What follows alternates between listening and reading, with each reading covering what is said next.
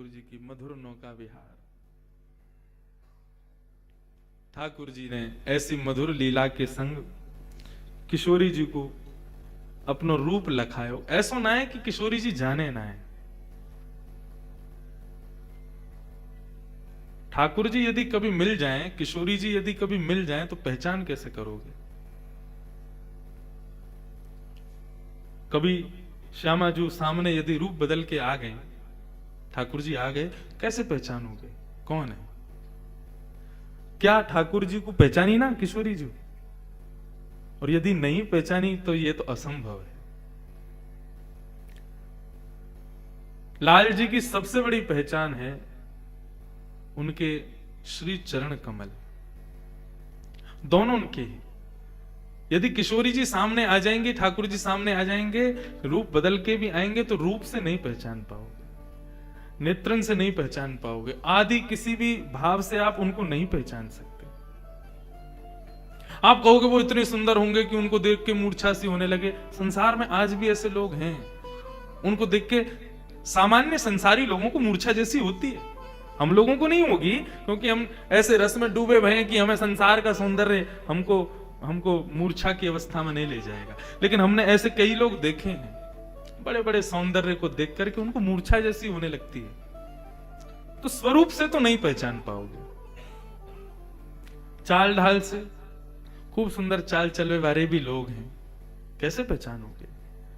वास्तव में ठाकुर जी की और श्री किशोरी जी की सबसे पहली और सबसे सरल पहचान यदि करनी हो तो श्री चरण। चरण में वैचित्र होगा, चरण कमल समान होंगे, चरणों में छोटे छोटे चिन्ह बने होंगे। जैसे कोई व्यक्ति चलता है तो उसकी चाल देख करके हम सामान्य रहते हैं, लेकिन जब श्यामा जी चलेंगे ना, ठाकुर जी जब चलेंगे, तो उनकी चाल देख करके हृदय में एक वेदना ऐसी होगी, अरे कहीं इनके चरणों में कष्ट ना हो रहा हो। ये वेदना अपने आप प्रकट हो जाएगी, ये कष्ट अपने आप प्रकट होगा कि जब वे चल रहे होंगे, जब वे रमण कर रहे होंगे, आपके सामने किसी रूप में आ गए होंगे, तो जब उनके चरणों का दर्शन करोगे ना, चरण जैसे ही उठ करके आगे की ओर बढ़ेंगे, तो हृदय में एक वेदना सी होगी, अरे कहीं इनके चरणों में कष्ट ना हो रहे हो। ठाकुर जी की यदि कभी पहचान करनी होगी, श्री किशोरी जी यदि कभी सन्मुख आएंगी, तो उनकी पहचान सबसे पहले श्री चरण से होगी। कैसे चरण है? श्रीमद् भागवत में ठाकुर जी के चरणों का वर्णन किया है। संचिन्तयेत् भगवतश्चरणारविन्दम् वज्रांकुशध्वज सरोरुहलाञ्छनाट्यम् उत्तुङ्गरक्तविलसन्नख चक्रवाल ज्योत्स्ना विराहत् महत् हृदयान्धकारम् संचिन्तयेत् भगवतश्चरणारविन्दम्। कैसे श्री चरण हैं ठाकुर जी के? सबसे पहली पहचान है कोमलता, दूसरी पहचान संचिन्तयेत् भगवतश्चरणारविन्दम् वज्रांकुशध्वज सरोरुहलाञ्छनाट्यम्। ठाकुर जी के श्री चरणों में जो चिन्ह बने होंगे, वो चिन्ह कैसे? ठाकुर जी सब बदल सकें, लेकिन अपने चरणन को ना बदल सकें। क्यों? क्योंकि कृपा को प्रारंभ इन्हीं से हो गए। वही उनको कृपा निधान बना में, वही उनको करुणा सागर बना में, उनके श्री चरणारविंद उनको ना बदल सकें। यदि उनको बदल दियो तो फिर जितने सखा हैं, जितनी सहचरियां हैं, जितनी मंजरियां हैं, इनको कहा होगा? ठाकुर जी अपने चरणन को कभी ना बदले। या हमारे सर्वप्रथम ये श्लोक जो भी मैंने गाया, ये प्रश्न करती हैं माता देवहूति भगवान कपिल से, और कपिल भगवान से प्रश्न करते हुए कहती हैं कि हे ठाकुर जी, आपकी पहचान क्या है? और यदि हम कभी आपके सन्मुख आवे तो हमको आपके श्री अंग में सबसे पहले किसको देखना चाहिए? आपके नेत्रन को देखें, आपके मुखमंडल को देखें, आपके वक्ष को देखें, आपके कटिभाग को देखें, आपके मुकुट को देखें, क्या पहले देखना चाहिए? एक भक्ति मार्ग का ये प्रश्न उन्होंने किया। तब भगवान कहते हैं, मैया मेरी सबसे बड़ी पहचान मेरे चरण हैं। जब कभी भी मेरे सन्मुख आओ, कहीं पे मेरे दर्शन भी करवे जाओ, अपने घर के निज ठाकुर जी को भी दर्शन करो, सबसे पहले चरणन को देखो। कैसे हैं मेरे चरण? वज्रांकुश ध्वज सरो रुहलांच नाट्यम। ठाकुर जी के मेरे चरणन में वज्र को चिन्ह बनो भयो है। वज्र, अंकुश, अंकुश क्या है? हाथी को जब हाथी चलावे वारो वाकू जब ऑपरेट करे का है तो वाके हाथ में जो हाथी के चलावे को एक जो अंकुश रहे, वो अंकुश को चिन्ह ठाकुर जी के चरणन में है। ध्वज, पताका, एक झंडा। वज्रांकुश ध्वज सरो रुहलांचनाड्यम उत्तुंग रक्त विलसन नख चक्रवाल। चक्र बने होंगे, गदा बनी होगी, आदि आदि ये सब चिन्ह बने होंगे।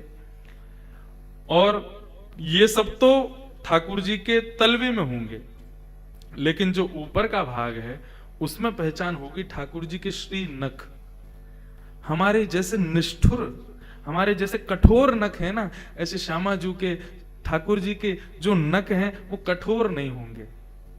उनको स्पर्श मानो ऐसा लगेगा कि आपने कोई कमल की पंखुड़ी को स्पर्श किया हो। ऐसे ठाकुर जी के श्री चरण कमल के नख होंगे। जब आप उनके श्री चरणन को दर्शन करोगे तो वह दर्शन में ऐसा भान होएगा कि मानो जैसे कमल की आकृति और कमल को ही स्वरूप यहां पर प्रकट हो। एक बार को हम ऐसा कह दें तो कोई अतिशयोक्ति नहीं, आपको ऐसा लगेगा शायद कमल के रंग को, कमल की आकृति की मूजरी पहनी हुई है, मूजा पहनो गए है। ठाकुर जी की पहचान उनके श्री चरणों से, श्री श्यामाजू की पहचान उनके श्री चरण कमल है। तो ऐसा ना है कि किशोरी जी पहचानी नहीं। ठाकुर जी के रूप को देख करके, नेत्रन को देख करके किशोरी जी जान गई कि ये श्याम सुंदर हैं। लेकिन लीला को विस्तार हो, लीला को सुख इन सहचरीन को, सखीन को प्राप्त हो। और सहचरी सखी तो बात की बात है, स्वयं किशोरी जी को सुख मिलेगा। कब? बोले जब कन्हैया आगे से कहेंगे मुंह को ऐसा करनो है, हृदय में सुख तो मिलेगा कि कन्हैया की कहा इच्छा है। लेकिन जब मैं वाकू मना करूंगी, सब किशोर, सब सखी आकर के मुझसे प्रार्थना करेंगे, अरे चलो चल करके प्रणाम करो, ऐसा करो वैसा करो। यही तो सुख है, यही लीला है, यही में दोनों को आनंद आवे, युगल बिहारी इनको सुख मिले। एक बार दोनों मान करके बैठ गए। किशोरी जी अपनी सखीन के संग चली गई अपने कुंज में, ठाकुर जी अपनी सखियन के संग चले गए। निकुंज की लीला में ठाकुर जी के संग भी सखी विराजे, वहां सखान को प्रवेश नहीं है, क्योंकि सखा आती उपद्रव होवे, सखा आती ऊधम मचावे, वहां तो ऊधम होवे। तो कुंज में सखा है, लेकिन निकुंज में सखा भी नहीं है, केवल सखी। और जैसे किशोरी जी की मुख्य सखी श्री ललिता जी हैं, वैसे ही श्याम सुंदर की मुख्य सखी श्री यमुना जी हैं। दोनों उनको भाव विराजमान। दोनों रूस के चले गए, जन काय बात पे नाराज है गए। यहां किशोरी जी मान करके बैठी हैं और वहां श्याम सुंदर मान करके बैठे हैं। अब दोनों उनके सखा परिकर सब सखी परकर उनको मना रहे हैं। श्यामाजू आप मान छोड़ दो। बोले नहीं, उनने ऐसा किया कैसे? वे जाने ना है, मेरा स्वभाव जाने, और यदि स्वभाव जानते भाई भी उनने ऐसा किया तो मेरो मान करना उचित है। ऐसे कोई भाव पे दोनों मान करके बैठ गए। अब तो सखीन को मन ना लगे, सहचरीन को मन ना लगे, दोनों आपस में विचार करें। एक दूसरे कुंज में तो देख रही कहा करें कैसे लीला हो, ये दोनों कैसे उठ के कुंज से निकल के आवे। तो दोनों पक्ष की सखी आपस में मिली और मिलकर के बात करने लगी। 3 दिन है गए, कोई लीला भई ना है, हमें सुख ना मिल रहा। हमारो सखी सहचरी और ये जितनी भी मंजरियां ठाकुर, ये जो किशोरी निकुंज में जो रहती हैं, ये भोजन ना करें, ये जल ना पी में, ये शयन ना करें। ठाकुर जी और किशोरी जी की लीला ही इनको भोजन है, वही इनको जलवास है, वही इनको शयन है, वही से इनके इंद्रियों की निवृत्ति हो जाए। मैं पहले आज कथा का प्रारंभ इसी भाव से किया। जब से नागपुर आए हैं तब से मेरा भोजन भी बिगड़ गया है। जहां मेरी खुराक इतनी, वैसे मैं कम ही खाऊं, इतनी वो इतनी है गई है, मैं सच में इतना ही खा रहा हूं। तो हमारे सब आम है, बोले महाराज जी आप कम क्यों खा रहे हो? तब श्री सुखदेव जी का स्मरण आता है। श्रीमद् भागवत में जब 10वें स्कंद प्रारंभ होता है तो कृष्ण चरित्र सुनाने से पहले व्यास जी 2 श्लोकों में पूरी कथा सुना देते हैं। मथुरा में जन्म भयो, वृंदावन में ये लीला करी, बरसाने में ये लीला करी, नंदगाम में ये लीला करी, जल्दी जल्दी बोल बाल के, और ठाकुर जी ने कंस वध कर दियो, और फिर ठाकुर जी रण छोड़ के द्वारिका चले गए, 16,108 ब्याह की, आदि आदि करके कथा विराम। सुखदेव जी शांत होकर के बैठ गए। चौथे दिन की कथा, 7 दिन की भागवत। परीक्षित सन्मुख बैठे हैं, चेहरे पर वही प्रसन्नता है जो पहले दिन थी। तब परीक्षित जी कहते हैं, भगवान हो गई कथा? उन्होंने हाँ सुना तो दिया, मथुरा में जन्म हुआ, वृंदावन में ये लीला, गोकुल में ये लीला, सब यही सब तो कृष्ण कथा, इसके अतिरिक्त और क्या सुनाऊं? जहां पर जो भागवत का प्राण है, 10वें स्कंद, जहां पर ये सब ब्रज की लीलाएं विद्यमान है, उसका प्रथम श्लोक, कथितो वंश विस्तारो भवता सोम सूर्ययो राज्ञां चोभय वंशानां चरितं परमाद्भुतम्। देखो, शुगर को मरीज होवे ना कोई, तो वाकू बार बार मीठे की याद आवे। मैं भागवत को मरीज हूं, यदि बीच बीच में भागवत जी को स्मरण है जाए तो आप लोग स्वीकार करो, स्वीकारणी है। भागवत जी बंधुओं, ये किशोरी जी के शिष्य को, शिष्य की अब क्या शब्द कहूं, शब्द नहीं समझ आ रहे। सुखदेव जी कौन है? श्री किशोरी जी की तो शिष्य हैं। गोपी कदाचिन मणिपिंजरस्थम, गोलोक धाम में श्री किशोरी जी को मणि को एक पिंजरा है, वह मणि के पिंजरा में एक सुख पक्षी रहे, और वो सुख पक्षी कहा करे किशोरी जी के, बोलो श्याम तो बोले श्याम, बोलो हरि तो कहे हरि, बोलो माधव तो कहे माधव।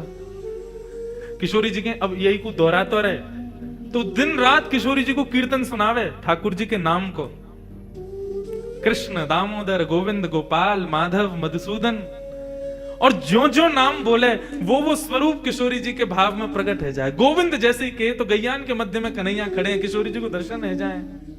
गोपाल जब कहें तो गैया के थन को मुख में लगा करके दुग्धपान कर रहे हैं, किशोरी जी को दर्शन है जाए। ये सब भाव किशोरी जी के प्रकट हो में तो किशोरी जी वह सुख से बड़ी प्रसन्न रहे। ये पूरे दिन कन्हैया को स्मरण कराते रहे। लेकिन एक दिन जैसे ही कृष्ण पधारे, गोपाल पधारे, सब सहचरियों ने दंडवत प्रणाम किया, सबने पुष्प वर्षण किया, सबने ठाकुर जी का सत्कार किया, लेकिन उस सुख पक्षी ने प्रणाम नहीं किया।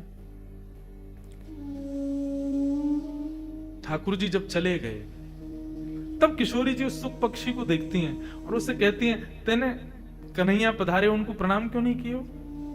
बोले कौन कन्हैया? अरे मधुसूदन आए, तेने प्रणाम क्यों ना किया? बोले कौन मधुसूदन? अरे गोपाल गोविंद माधव आए, तूने प्रणाम क्यों ना किया? कौन माधव गोपाल मधुसूदन? मैं तो नहीं जानता। तू पूरे दिन कीर्तन करे। बोले वो तो आपने मुंह को रटा दियो, लेकिन मुंह को ये थोड़ी पता है कि जाको नाम में गा रहा हूं वो कौन है। किशोरी जी बोली, फिर तो तू निकल मेरे पिंजराते, तू को अधिकार नहीं आ रहे वे को, तेने आज ठाकुर जी को सम्मान ना किया। यदि तो को मेरे पास निवास करनो है, यदि तो को मेरे पास रहनो है, तो ठाकुर जी के स्वरूप को, ठाकुर जी के भाव को, ठाकुर जी की रस कथा में डुबकी लगा करके स्वयं को रस में सराबोर कर, तब तो को यहाँ स्थान मिलेगा। तब श्रीमद् भागवत के आदि वक्ता श्री सुखदेव जी महाराज किशोरी जी की पुनः प्राप्ति के भाव से धराधाम पर आए। शिव जी से अमर कथा, ये भागवत की कथा श्रवण की। अपनी मातृ गर्भ में 12 वर्ष रहे, वहां से प्रस्थान करने के बाद में 12 वर्ष अपनी मातृ गर्भ में तपस्या करने के बाद, वहां से प्रस्थान करने के बाद श्री वेदव्यास जी से भागवत का 2 बार अध्ययन किया, तब वो रस में सराबोर हुए, तब भागवत के वक्ता कहलाए। और भागवत में वर्णन है कि एक बार कथा सुनाने के बाद सुखदेव जी कहां गए किसी को नहीं पता, कहां गए। पुनः किशोरी जी ने अपने सुंदर गोलोक धाम में उनको निवास दियो। जो कृष्ण लीला से वंचित है, किशोरी जी उसको स्वीकार ना कर सके। आप भले कृष्ण भाव, श्री जी भाव में रहो, पूरे दिन आप श्री जी श्री जी श्री जी, बस श्री जी चाहिए और कोई ना चाहिए, लेकिन श्री जी को कौन चाहिए? श्री जी को वो चाहिए जो कृष्ण भाव में सराबोर हो। एक बात कहूं, बुरो मत मानियो, श्री जी को नाम श्री जी के सन्मुख गाओगे, श्री जी को वहां में सुख ना है। श्री जी को नाम तो इनके सामने गाओ, श्री जी के सामने तो कृष्ण मधुसूदन के भाव को प्रकट करो, वहां से उनको सुख मिले, वहां से उनको प्रसन्नता होवे। हाँ, हम कहें कि हमको सुख मिले श्री जी के भाव से, तो यही तो देहाभिमान है। फिर से आप अपने अभिमान में व्यवस्थित हो। हम अपने सुख को विचार करके श्री जी को भाव गा रहे हैं, हम अपने सुख को विचार करके ठाकुर जी को भाव गा रहे हैं, तो फिर उनको सुख कहां है? उनके सुख को विचार करो। राधा नाम धुन गानी है तो वास्तव में नेत्रन में श्री जी नहीं, श्याम सुंदर विराजे, और ये भाव हो कि मेरे संग राधा धुन में कन्हैया बैठो है बगल में, आनंद कर रहे हो है, तब सुख मिलेगा। जब कृष्ण के सामने राधा धुन गाओ, किशोरी जी के सामने कृष्ण धुन गाओ, यहां से परस्पर प्रेम प्रकट होगा।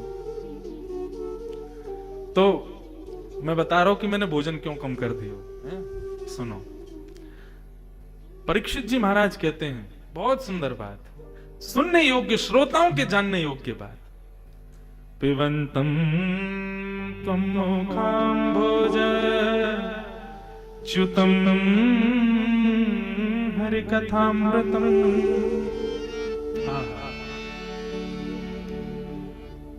भागवत रस समूह है महाराज, साधारण नहीं है। श्री सुखदेव जी कहते हैं कि भगवान आपने 4 दिन में पूरी कथा सुनाई और अभी एक सेकंड में आपने पूरी कृष्ण कथा सुना दी, क्यों? मुझे विस्तार से क्यों नहीं सुना रहे हो? तब श्री सुखदेव जी महाराज कहते हैं कि राजन 4 दिन हो गए तुम एक ही आसन पर बैठे हो, ना उठ के गए हो, ना कुछ खाया ना कुछ पिया, कुछ खा पी लो। तब श्री सुखदेव जी महाराज कहते हैं, हे भगवान, आप इतनी सुंदर रस वर्षा कर रहे हो, आपके मुख से इतना सुंदर कृष्ण नाम, इतनी सुंदर कथा झरझर हो रही है, और स्पष्ट शब्द है च्युतम हरि कथामृतम, चुचा रही है। चुचाने को कैसे समझोगे? आम में ऊपर थोड़ा सा उसका जो छिलका है थोड़ा सा हटा दो और फिर नीचे से दबाओगे तो ऊपर से रस जो निकलता है धीरे धीरे, उसको कहते हैं चुचाना। आपके मुख से जो ये हरि कथा चुचा रही है ना, इसके सेवन के बाद यदि साधारण रोटी सब्जी और ये व्यंजनों की भूख यदि मुझे लगे तो मैंने कथा सुनी ही नहीं है, मैंने वो रस पाया ही नहीं है।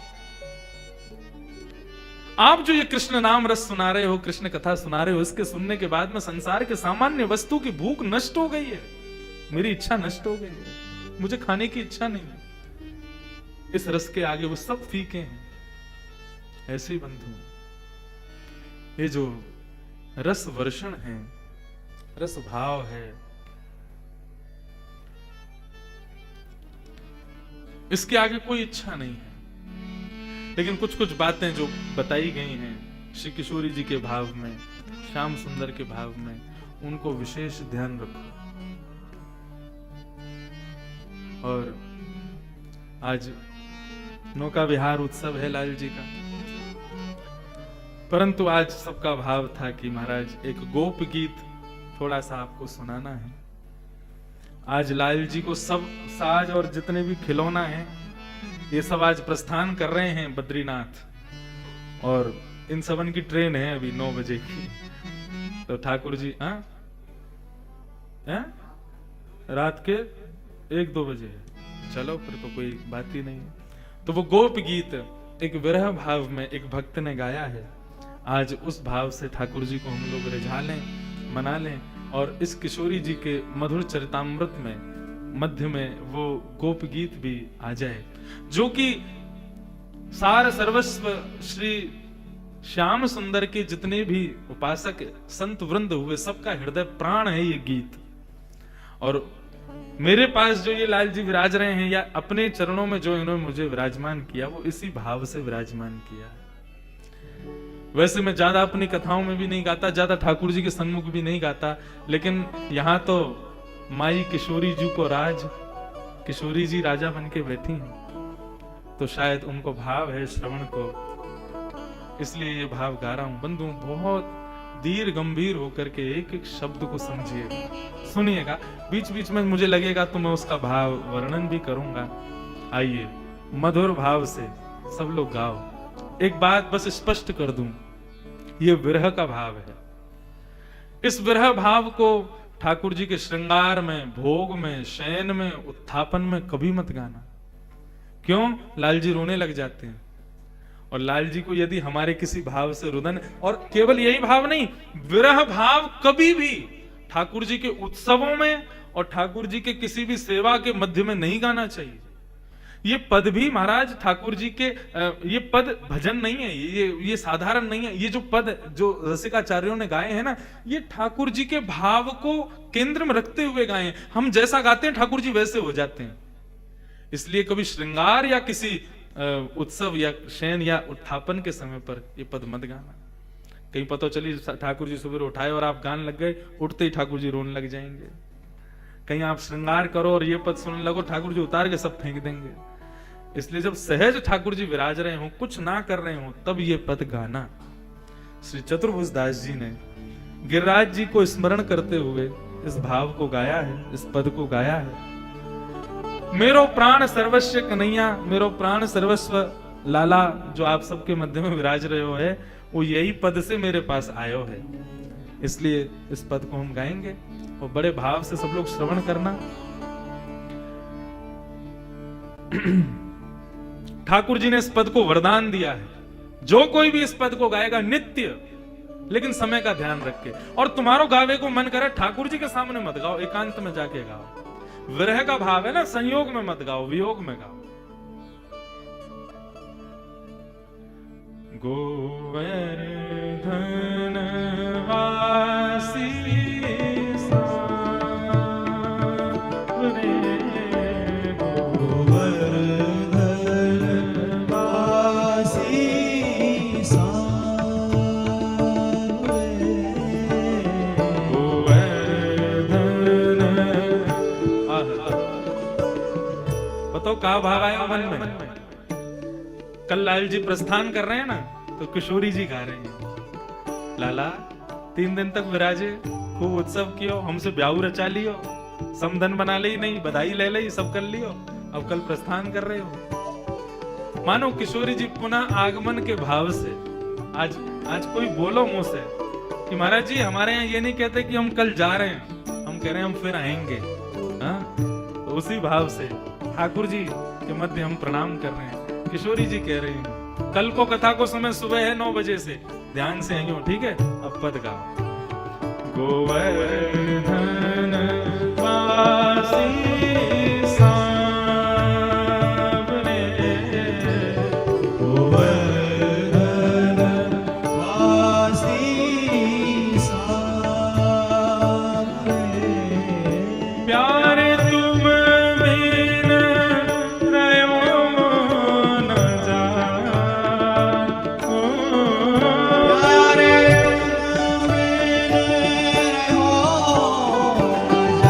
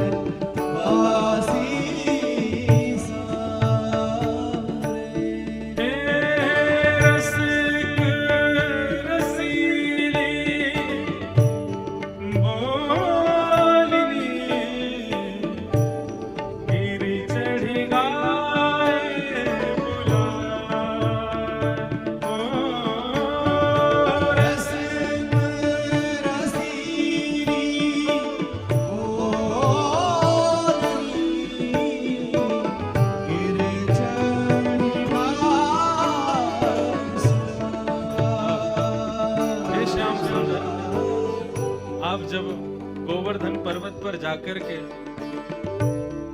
जगह जगह चल रही अपनी गैयाओं को एक संग बुलाते हो, कैसे बुलाते हो? सबके नाम ले ले करके बुलाते हो। अरे धुबरी गाय आजा, अरे श्यामा गाय आजा, अरे गोरी गाय आजा।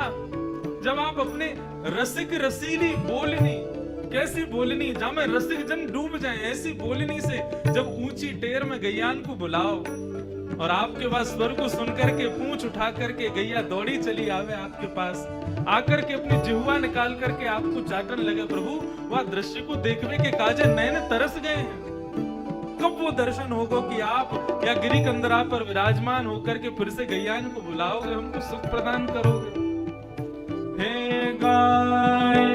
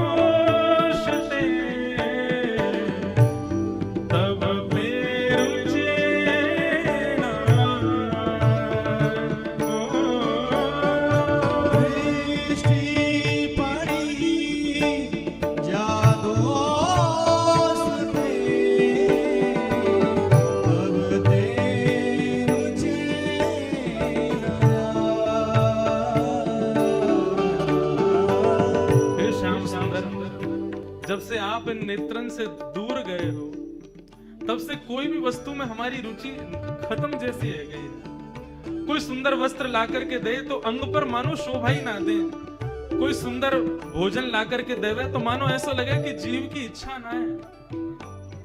सबसे रुचि हमारी दूर है चुकी है कन्हैया। और रजनी नींद ना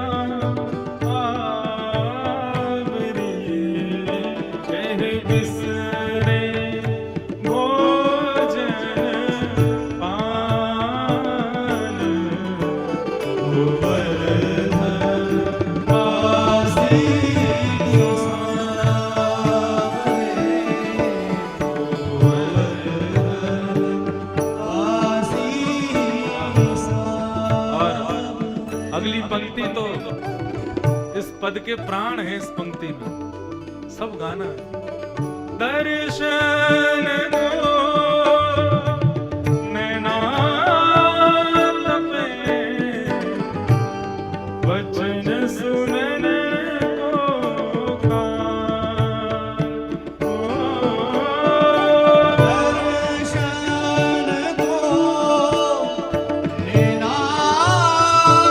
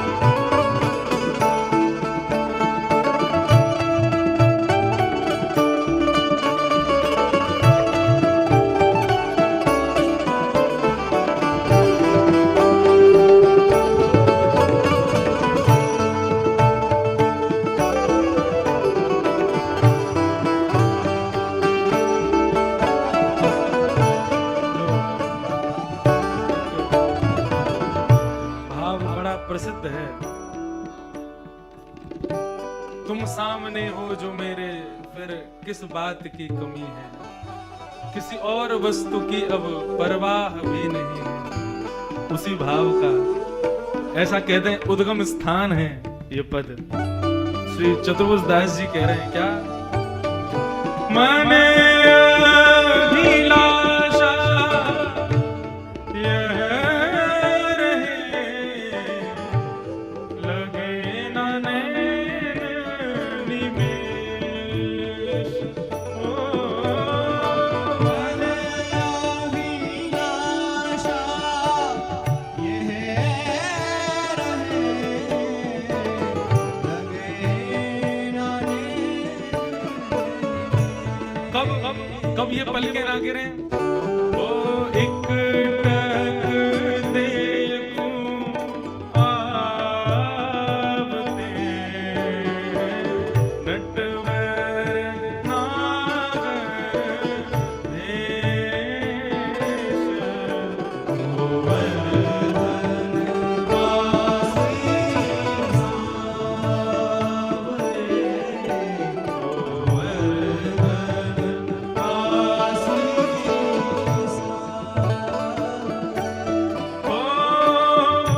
पूरण शशि मुख देख के, चित चोट्यों में यूं। पूरन शशि मुख देख के, चित छोटो वहियो। रूप सुधा रस पान हो, जैसे चंदन चकोर, गोवर्धन वासी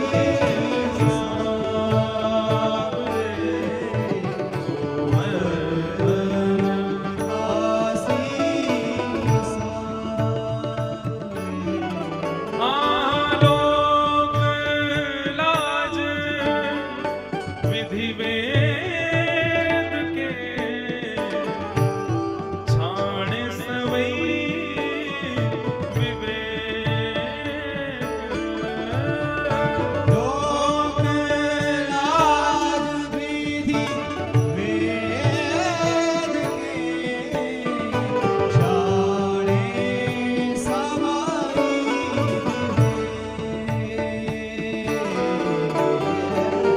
कमल कली रवि ज्यों भणे,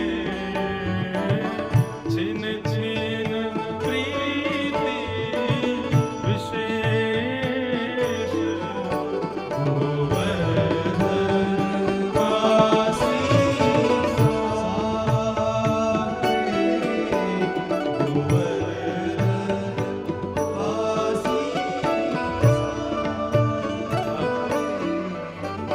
श्री चतुर्भुज दास जी गाते गाते कहते हैं, भगवान मेरी आत्महत्या करने की इच्छा हो रही है। ठाकुर जी बोले राम राम राम राम, आत्महत्या करोगे? जघन्य अपराध पाप माना जाता है आत्महत्या। बोले अरे आत्महत्या साधारण रस्सी से लटक करके नहीं करनी है। बोले तो? बोले आपका जो रूप माधुर्य है ना, ये किसी रस्सी से कम नहीं है, इससे मेरा गला घोट दो भगवान। सही में यही शब्द कहे, आपकी रूप माधुरी कैसे? मन मथ कोटिक वारिणे, देखी डगमगी चाल। ओ मन मथ कोटिक वारिणे, देखी डगमग चाल।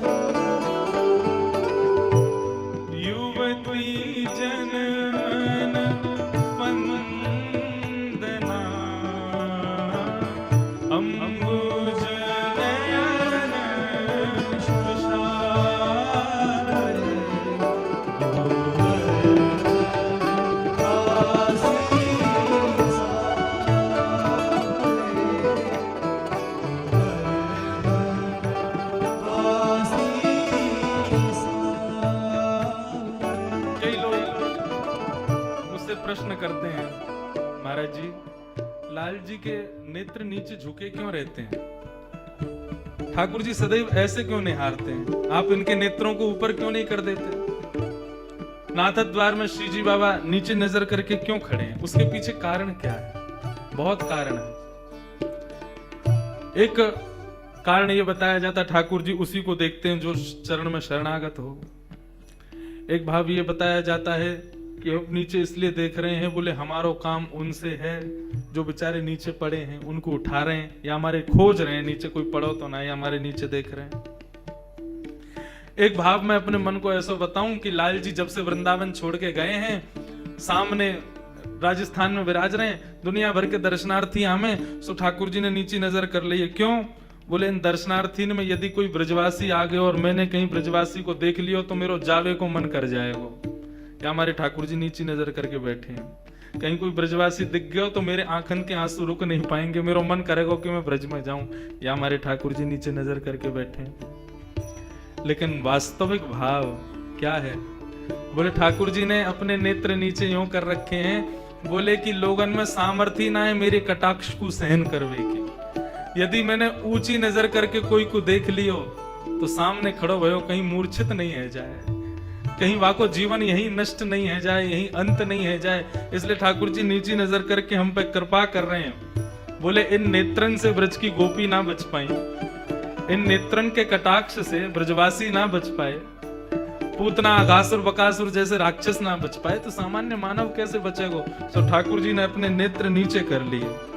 बोले जाकू सच में कटाक्ष पावे की इच्छा होएगी, वो चरणन में आवेगो, वाकू कटाक्ष मिल जाएंगे, लेकिन मैं सबको अपने कटाक्षन से घायल ना कर सकूं। या हमारे ठाकुर जी नीची नजर करके खड़े।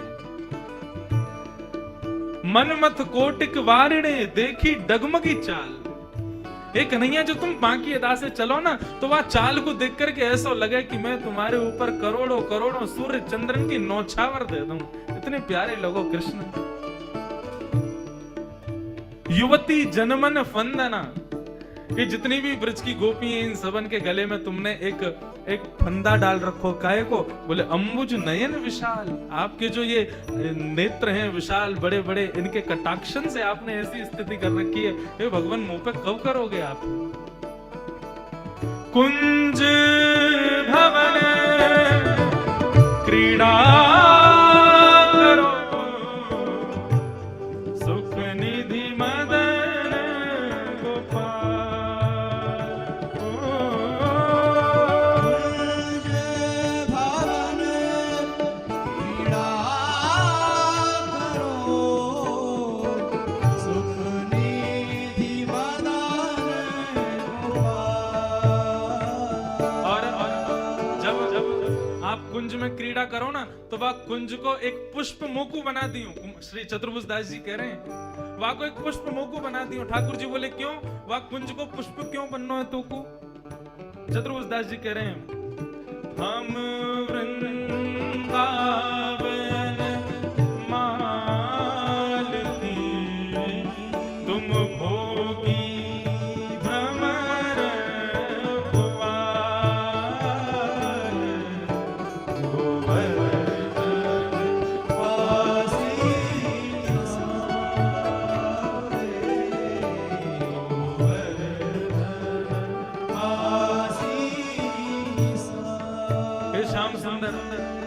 हम जब आप वृंदावन के छोटे से एक पुष्प बन जाएंगे ना, तो तुम भ्रमर बन के आई हो, और भ्रमर बन के आकर के मेरो सिंचन कर ली हो, मुंह पे आके विराज करके मेरो सब कछु हर ली हो। भगवान मैं या मारे वा कुंज को एक छोटो सा पुष्प बनना चाहूं।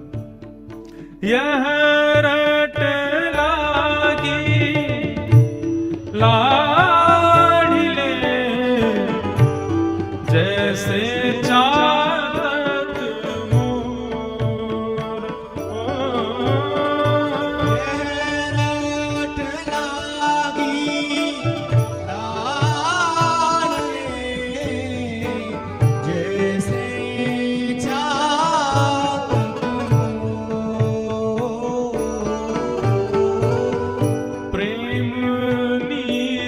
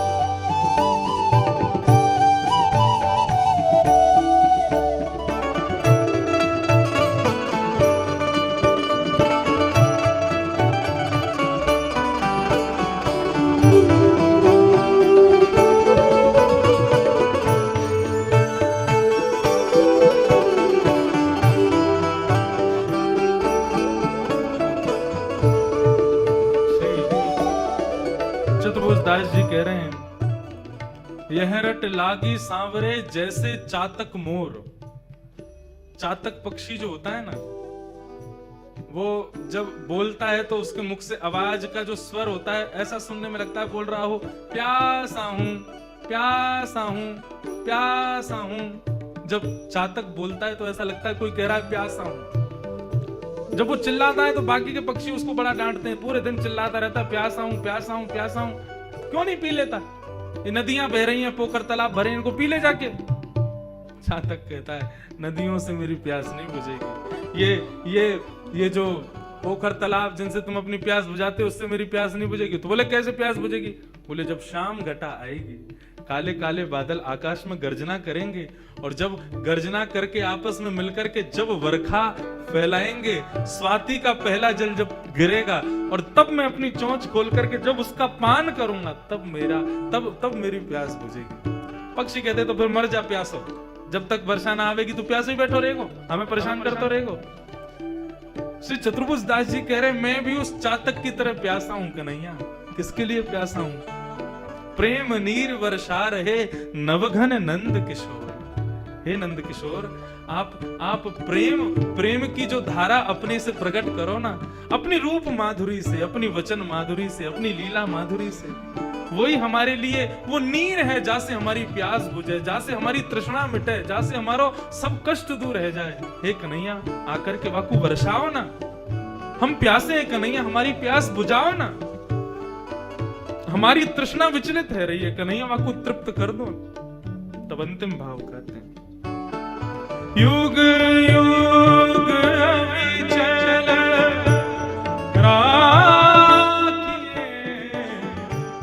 सुख निधि शैल निवास। युग युग अविचल सुख निधि शैल निवास। श्री गोवर्धन रूप पे बल जाए चतुर्भुज हास। गोवर्धन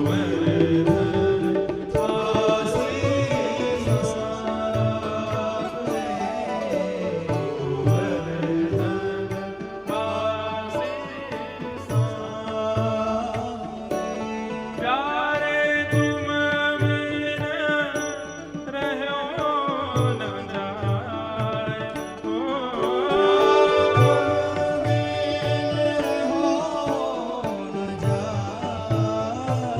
हे प्यारे तुम बिन रहो न जाए। ओ प्यारे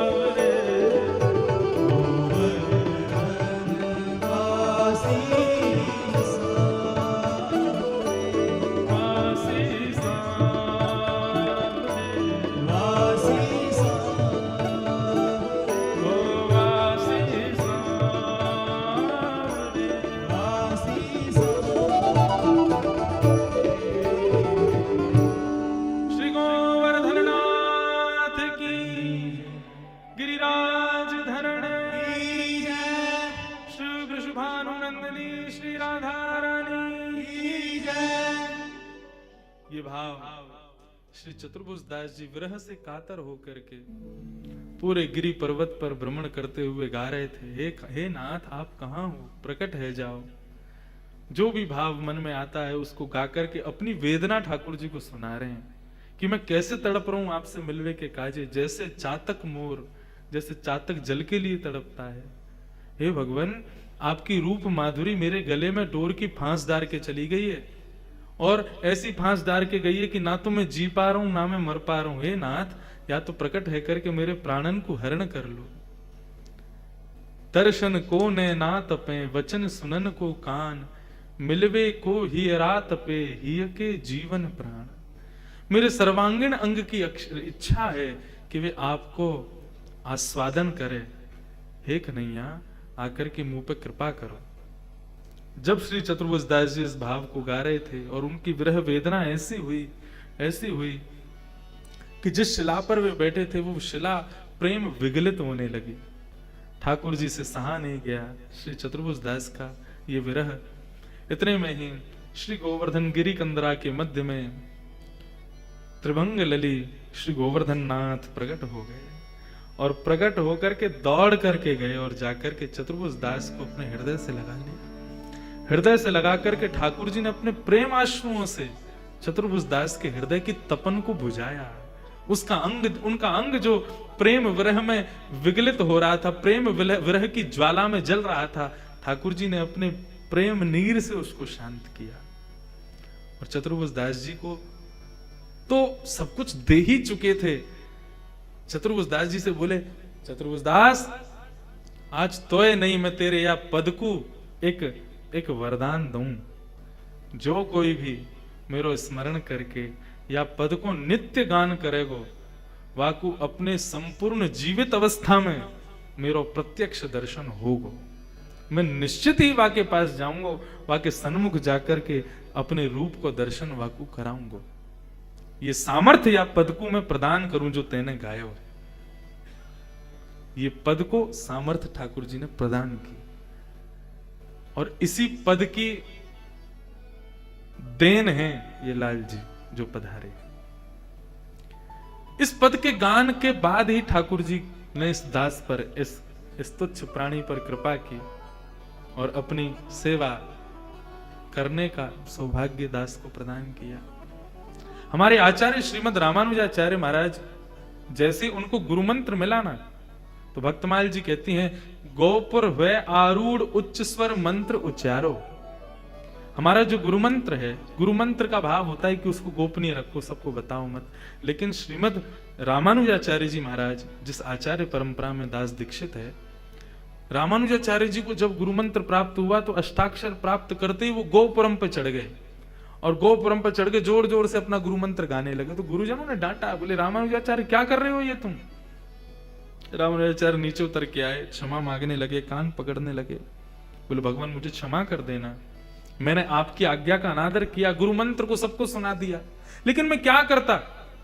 आपने मुझे गुरु मंत्र दिया, मैं एकांत में बैठ करके जैसे ही गुरु मंत्र का जाप करने लगा, गुरु मंत्र का जाप करते ही मैंने क्या दर्शन किया, बोले साक्षात नारायण मेरे सामने प्रकट हो गए।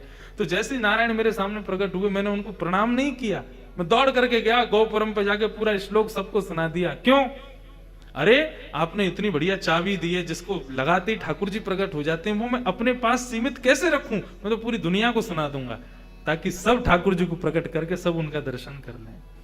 ऐसे ही बंधुओं ये पद है, इस पद में कितनी सामर्थ्य है ये आपको तब पता चलेगा जब आप इस पद का आस्वादन और इसका निरंतर भाव अपने हृदय में रखोगे। जैसे मेरे पास लाल जी पधार गए या मैं लाल जी के पास पधार गए हो, ऐसे आप सबके जीवन में भी ठाकुर जी कृपा करके विराज जाएंगे। ये इस पद में सामर्थ्य है। या हमारे इस पद को आश्रय ले लो और किशोरी जी को सुनाओ। ठाकुर जी को ये भाव है। इसी भाव के साथ आज के मंगल प्रसंग को हम विराम देते हैं। ठाकुर जी मंगल नौका में विहार कर रहे हैं, आप सबको मंगल दर्शन है ही रहे हो है। कल कथा को या सुंदर चर्चा को, श्री किशोरी जी के भाव स्पर्श को विश्राम दिवस है। कल हमारे लाल जी विजय कर रहे हैं बद्रीनाथ, तो यहीं से आप सबके भाव को लेकर के जाएंगे। तो 9 बजे से कल कथा का क्रम है, क्योंकि 1 बजे प्रस्थान का समय है। तो आप सब लोग समय का ध्यान धरते हुए कल आवे। कल ठीक 9 बजे हम यहाँ बैठ के हरि चर्चा, श्री किशोरी जी की चर्चा प्रारंभ कर देंगे। सब लोग भाव से पधारिएगा और अभी लाल जी की मंगलमय आरती करें। उससे पूर्व 2 मिनट के लिए श्री किशोरी जी का स्मरण कर लो।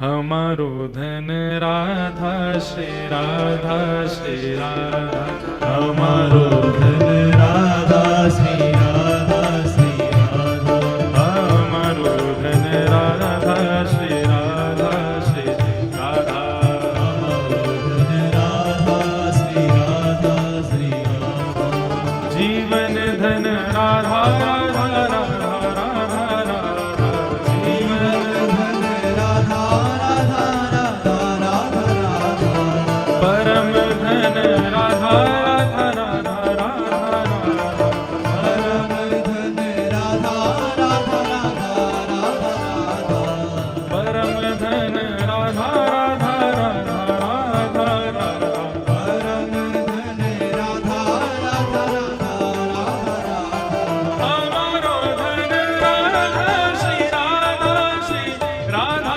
हमारो धन राधा श्री राधा श्री राधा, जीवन धन राधा राधा राधा राधा राधा, धन राधा राधा राधा राधा राधा, परम धन राधा श्री राधा श्री राधा, धन राधा श्री राधा श्री राधा, वृषभानु